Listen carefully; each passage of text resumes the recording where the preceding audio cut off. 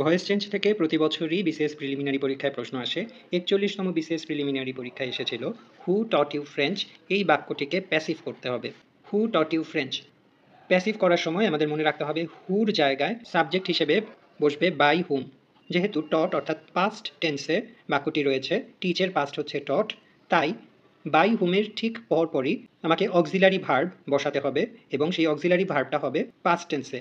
মূল বাক্যটিতে ইউ ছিল object, you এখন সাবজেক্ট হিসেবে সামনে বসবে, তাই ইউ এর আগে আমি যে অক্সিলারি ভার্বটা বসাবো সেখানে পাস্ট টেন্সে ওয়াজ না বসে অয়ার বসবে।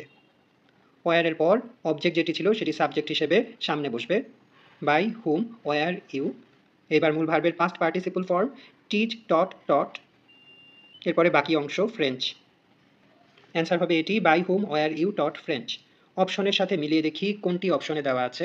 অপশন ডিতে দেওয়া আছে by whom were you taught French, তার মানে ডি হবে কারেক্ট অ্যান্সার। অন্য অপশনগুলো একটু পরীক্ষা করে দেখি কোথায় কোথায় অপশনগুলোতে ভুল ছিল, তাহলে আমাদের বুঝতে আরও বেশি সুবিধা হবে। এখানে ছিল by whom you were taught English, শুধু একটা জায়গায় একটু ভুল ছিল, ইউ এর পরে এখানে ওয়ার দেওয়া আছে, যেহেতু এটি ইন্টারোগেটিভ সেন্টেন্স তাই ওয়ারটা কিন্তু সাবজেক্টের আগেই বসবে, অর্থাৎ অক্সিলারি ভার্বটা ইন্টারোগেটিভ সেন্টেন্স হওয়ার কারণে সাবজেক্ট ইউ এর আগে বসাতে হবে। যদি এখানে by whom were you taught English থাকতো তাহলে বাক্যটি সঠিক হতো। বিতে দেওয়া আছে by whom French was taught you, এখানেও প্রায় একই রকমের ভুল, যদি ওয়াজটাকে সামনে দিতাম তাহলে হয়তো বাক্যটা শুদ্ধ হতে পারতো। আবার বলছি ইন্টারোগেটিভ সেন্টেন্স হওয়ার কারণে সাবজেক্টের আগে ভার্ব বসবে, এখানে ফ্রেঞ্চ হচ্ছে সাবজেক্ট, তাই সাবজেক্টের আগে পাস্ট টেন্সের ভার্ব হিসেবে ওয়াজ বসাতে হবে।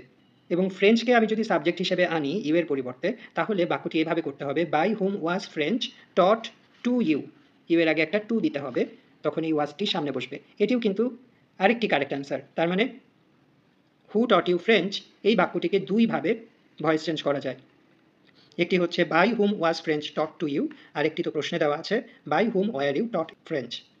সিতে যেটি দেওয়া ছিল French was taught you by whom, এটা বির মতোই, শুধুমাত্র বাই হুমটাকে তারা শেষে দিয়ে দিয়েছিল, তার মানে সিও ভুল উত্তর।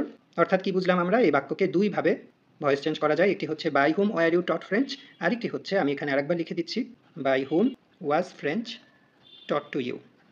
এই দুইভাবে বাক্যটিকে ভয়েস চেঞ্জ করা যায়।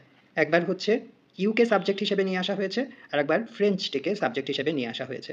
এই জন্য একবার ইউ এর আগে প্লুরাল অক্সিলারি ভার্ব ওয়ার বসেছে এবং ফ্রেঞ্চের আগে সিঙ্গুলার অক্সিলারি ভার্ব ওয়াজ বসেছে, এইটুকুই ডিফারেন্স। ধন্যবাদ সবাইকে।